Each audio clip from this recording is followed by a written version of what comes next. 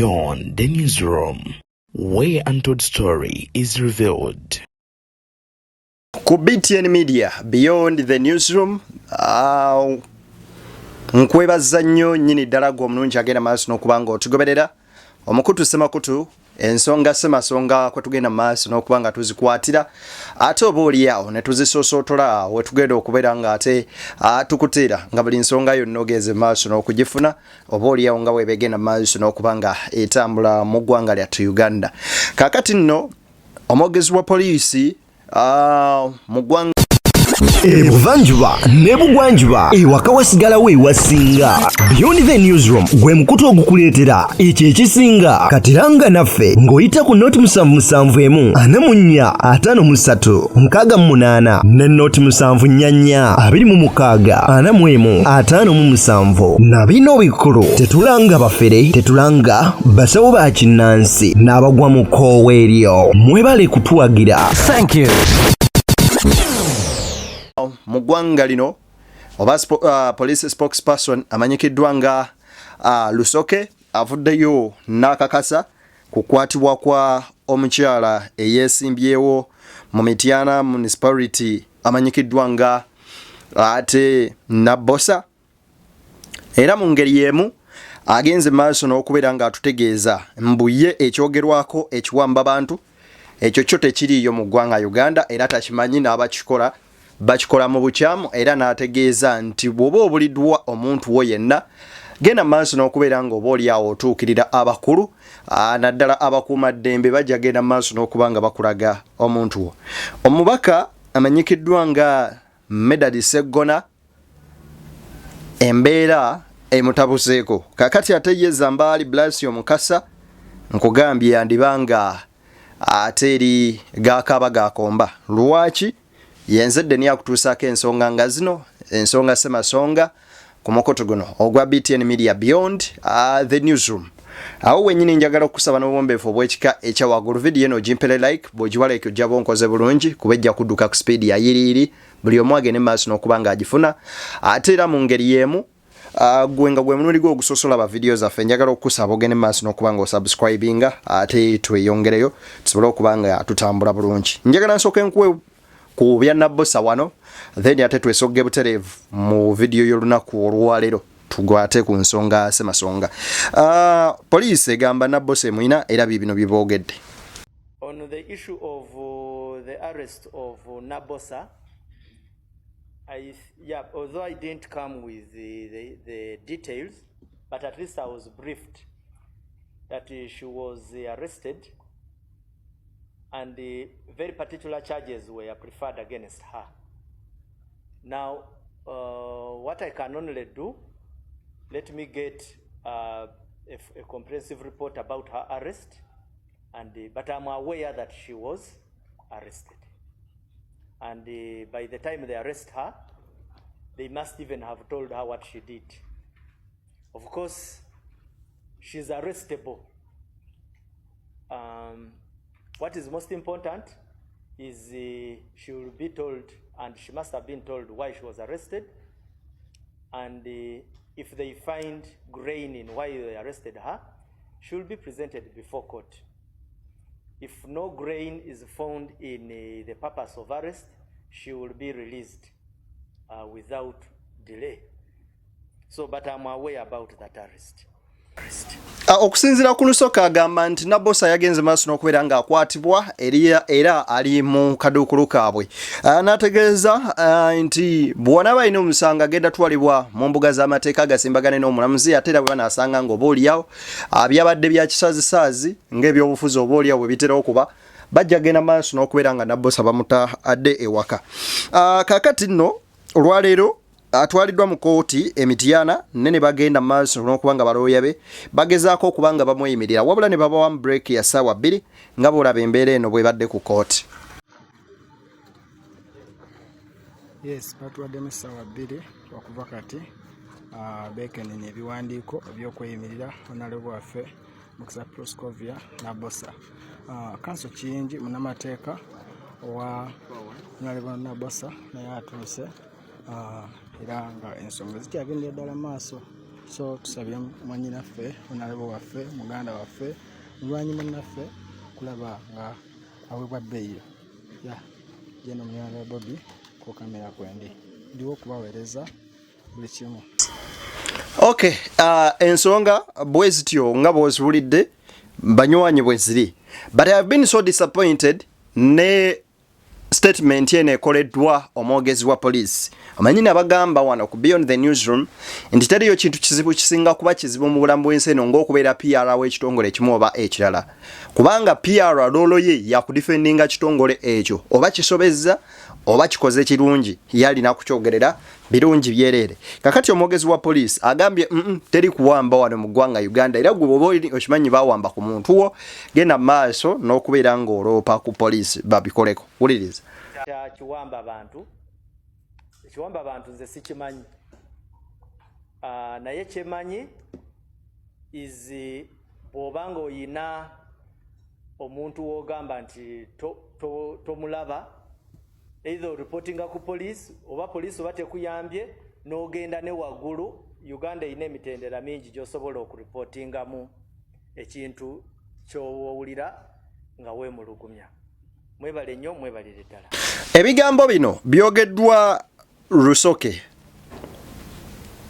era musajja mukulu ono omwogezi wa police agamba nti tewali kuwamba bantu kugenda maaso na kubeera nga kukolebwa, era n'ategeeza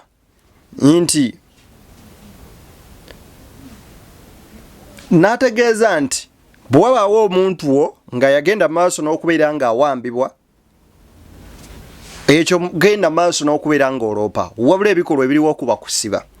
But can we really differentiate between arrest and abduction? An arrest is the act of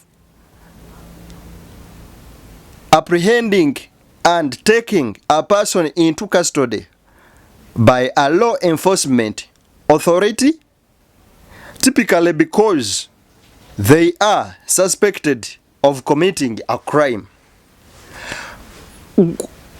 Ab'ebyokwerinda bajja bulungi ne bakukwata ne bakutwala mu kaduukulu ng'oteberezebwa okuba ng'olina omusango gw'ozizza, ne balyoka bagukusomera ati guno ne guno, n'ogibwako statement nga bakoze okunoonyereza ba ne bakola okunoonyereza okuzuulira ddala nti kituufu wazizza omusango guno oba tewaguzizza.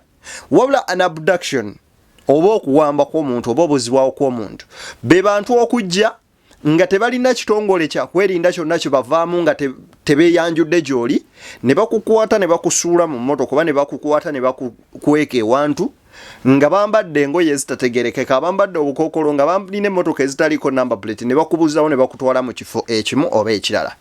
Ekyo kibeera kuwaama muntu oba kye bayita abduction mu lulimi oluzungu. So kati ebikolwa bwe bibanga bizze birabikanga emmotoka zino zikwatibwa n'ebifaananyi nga zitwala abantu.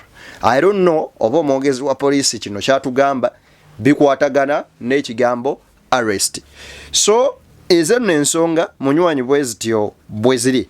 Kaakati njagala ngende maaso n'okubeera nga oba oli awo tutandikira wano. Musajja mukulu amanyikiddwa nga Honorable Medard Ssegona alina ebigambo bye byayogedde, nenjagala obi reflectingako ku bigambo bya Muwanga Kivumbi bye yakayogera recently, ng'ategeeza nti bwe bajja Muwanga Kivumbi mu parliament bagenda kuzzaayo ani kubanga ye mubaka ow'eggwanga lyonna, and the same story ku byogerwa, era nga bagamba nti muyinza muti okukwata bannupu ne musimba George Musisi ku Medard Ssegona ku Ibrahim Ssemujjuŋŋanda, omusajja ateesa mu parliament n'agikwata mu mikono gye etaano. Kati ono yenno Medard Ssegona agamba kiba kyabwewuusa nnyo okulonda omuntu omulala oba oliawo ne bamusussa emmwanyi nga si ye gwe bawadde ate akalulu. Wuliriza. Ekisanja kino tewandizzeeyo, but what I know, what I hear, what I gather, era oli mu kuteekateeka kujja for another term. Why would you be part of that? Towulidde bubi. Togatherize bubi. Ariko nkubuuze, ensi tugirekera abasinga okubeera abasiiwuufu b'empisa.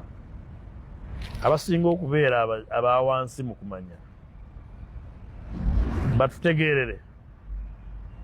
Okimanyi nti n'omuguwa eddalu bw'atuuka mu paalamenti bw'ati ng'ebigenda mu maaso tabitegeera y'omu ku bakusalirawo.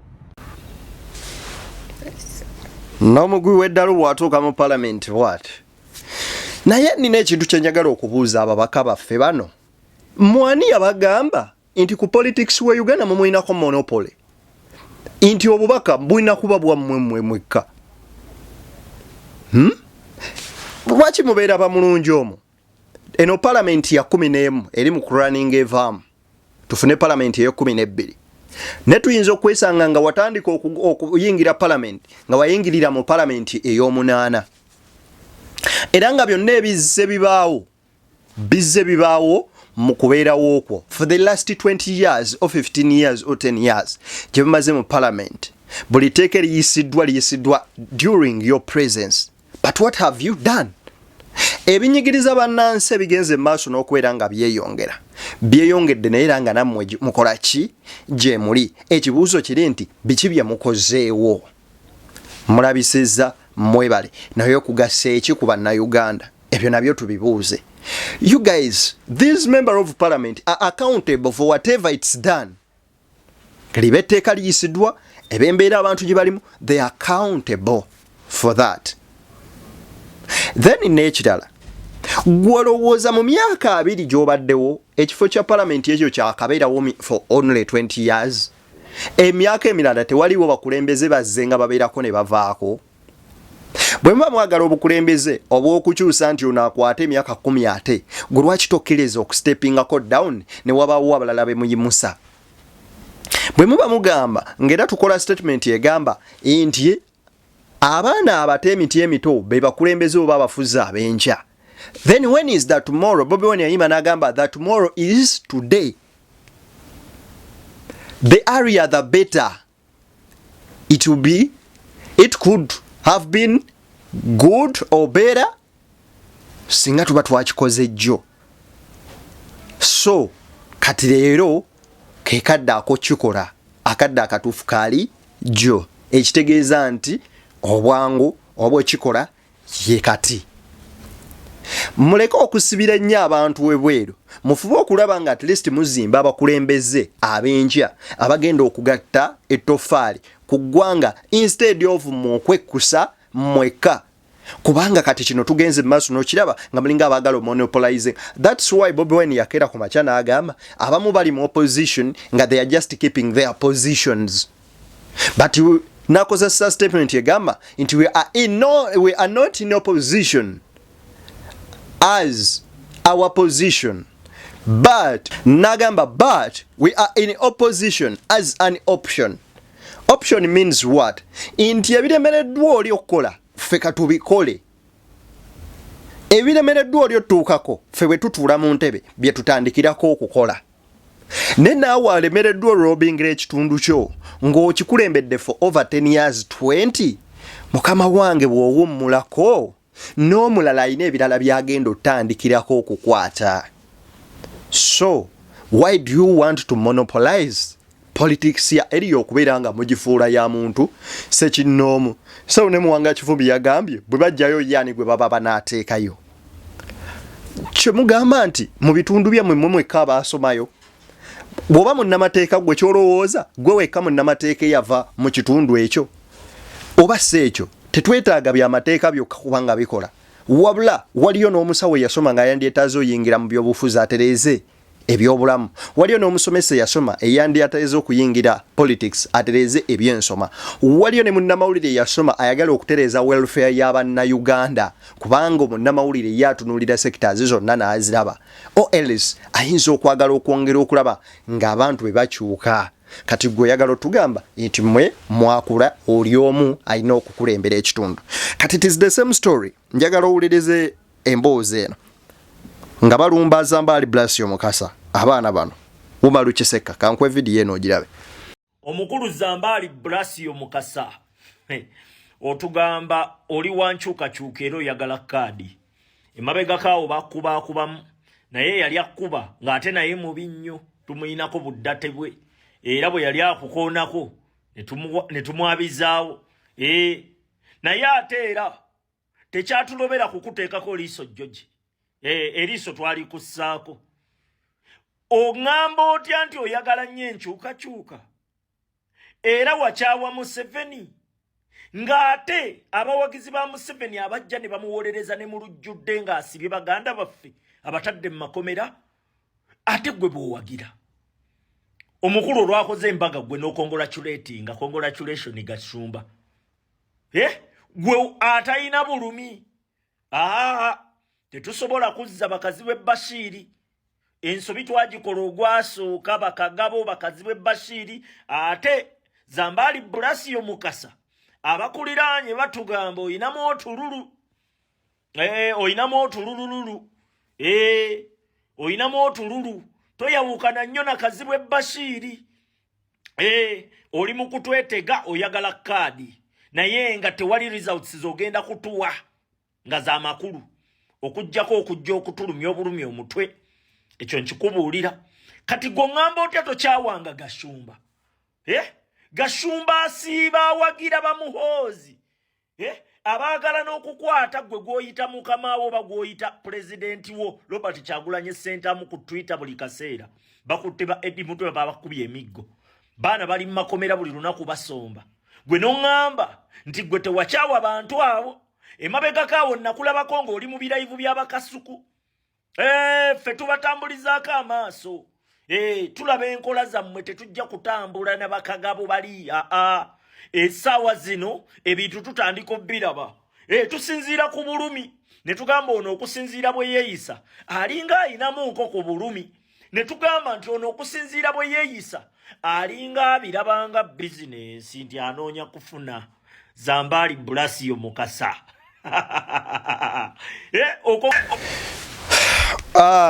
This is my opinion to such kind of people with such kind of ideology. Nemwe ani yakera ku machana agamba abantu abamu nti balina monopoly ku struggle nti era no struggle bo bwe baba tebajogedde kubanga tebagiriiko tegenda mu maaso. Waliwo ekintu kye tuyita humanity ubuntu. Zambaali Burasio Mukasa abadde mu mainstream media at its extreme end ku ntikko yaayo nga buli muntu wa kika kyonna amusisinkana. Buli muntu wa kika kyonna. Being with a different political ideology doesn't separate you from collaborating with the people of another political ideology. Okubeera n'omuntu ow'enzikiriza ey'enjawulo mu by'obufuzi tekikwawula na muntu oyo kufuuka mulabe wo mu bulamu obwa bulijjo kubanga at the end of it all ne bw'okwata entebe ogenda kufuga abantu ab'ebibiina ebyenjawulo eyakulonda n'ataakulonda. So togenda kusosolamu nti bwenteekayo eddwaliro lijja gendamu wankyukakyuka yekka, bwenteekayo eddwaliro ligenda gendamu NRM yekka, bwenzimba bbowa abanagikimako amazzi balina beera NRM bokka, balina bankyukakyuka bokka. Nedda. The moment you accept okuyingira obukulembeze oba ogenda kyusa welfare y'abantu bonna bogenda maaso n'okukulembera. Kino tujjemu ki nti oli okumusanga nti meetings omuntu gwe bawukana mu kibiina ky'ebyobufuzi mbwe kitegeeza yeekulubeesa nabo era ali kitundu n'omuntu oli. Nedda. Wabula waliwo okukolagana mu buntu mu mbeera ez'obuntu nti yadde oli wa kibiina kirala ne waliwo okusigalamu ak'obuntu ak'obwa Sseruganda. Bano ebino ebintu tubitegeere. Oli ne bw'onaamusanga kati abamu ba Luganda nga bavana mu families olusi bakyali kati Zambaali abadde mu media abantu bano bonna badda na ba hostinga ku shemu ono we ni aremo no wanopo ne boogera era essaawa y'olwaleero bonna ne gwoyita ne bw'oba speaker ayina contact ya Zambaali era asobola n'okumukubira essimu namugamba Zambaali mbadde nina kyenjagala waneeno abaana okumpisizawo so kompeyo enamba y'omwana ku next media ananyanguira wabeerako ku BBS so mpeyoko ku mwana w'amawulire owa BBS waliko so kompeyo omwana ali ku Capital kubanga obadde mu system ogitegeera era abantu baneeno bajja kutuukirako naye nga muyina endowooza ey'enjawulo kiringa bw'onaasanga omusumba ng'asanze sheek n'awanda eri amalusu oba sheek n'asanga omulokole n'awanda amalusu toswaitan tolina ky'oŋŋamba toninana no waliwo tugenda okutuuka ng'abantu bano bonna yadde tuwolina enjawukana mu by'obufuzi oba mu nzikiriza naye nga waliwo emmeeza abantu bano gye balina okutuulako abamu. So kyenjagala okubasaba banaye musigazeemu ak'obuntu kubanga ne bw'omunaakwata obukulembeze teri ggwanga nga obukulembeze butwalibwa ekibiina kimu eky'ebyobufuzi era ng'eggwanga ddambamu ekikkiririza.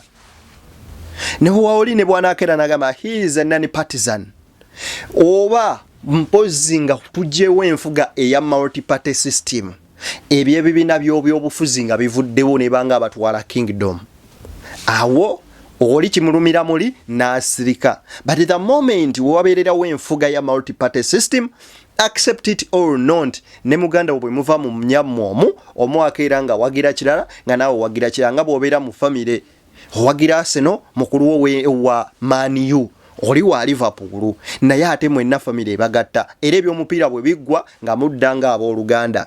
So I think twandisitunudde ku bintu bino into different dimensions instead of pinpointing in other people. Oyo no gwoliko asobola okuba nga naye omu ku bantu abakuwa information eri munda. By the way kati kineno mu okitegeero lwaleero gwali ebweru wa gavumenti oba muzibu nnyo osula gavumenti okusinga agiri munda oba omuntu yenna ne bwaba mu kampani omukozi ali mu kampani mwangu nnyo osula kampani okusinga ali ebweru kuba gwe amaaso gaabwe gonna gakubaako ne wabaawo oli golowooza lwaki abantu baba ne ba investigators oba bambega investigators bakuyambako babeera within the system nga bakusomolera ebyama biri mu system nomanya weakness ya system eyo weba no breaking down ate it is the same story ne mu opposition yo basanga ya babeerayo nga bali eyo bambega nga balina okunoonya weakness point oba kati yo opposition banoonya the strengths point oba the strongest point yaabwe yeriwa gye bakwatako ne banyiga ne bapusa wansi ekitegeeza ebeegwa kakati ekigambo security ne investigation ne okubeera nabo bakalabirizi kyekisinga obukulu kakati mu byonna ak'obuntu temukalekangayo mulowoozanga nnyo ku bintu ng'ebyo ekyokubanga mwawukanya endowooza ey'obyobufuzi tegenda kubajjako ku bwa Sseruganda ate tegenda bajjako bantu wabula kino kikuleetera okumanya nti ne bw'onaakwata obuyinza n'okulembera ogenda sigala ng'okulembera abantu ab'ebika ebyenjawulo. So omuntu ono before nga tonnaba kumupushinga eri kuba muwagira byanjawulo kolayokka ebimusikiriza omugamba olaba gundi agambye akoze bw'ati kanzire ku saidi ye because in politics we need numbers. Where there is no number there is no politics. Where there is numbers there is politics. Chovola besawa irwalero lopo ali mukaba amaziga mu parliament kubanga ayogera yekka n'ababaka mu babiri basatu lwansonga ki they don't have numbers. The majorities bebali bano ba minorities. A minority number doesn't decide anything. Ate olabane mu business minority shareholder tayogera wabula the majority shareholder yakola decisions. Kakati focus on how to add on numbers than how to subtract oba okujjako numbers. Mbagaliza byemunjagaliza nzidde ni beyond the newsroom ensonga nosema songa we tuzikwatira ne tuzitotola nobanga ozifuna buterevu banywanyi tusinkane nga Mungu akiriza. Ja bless.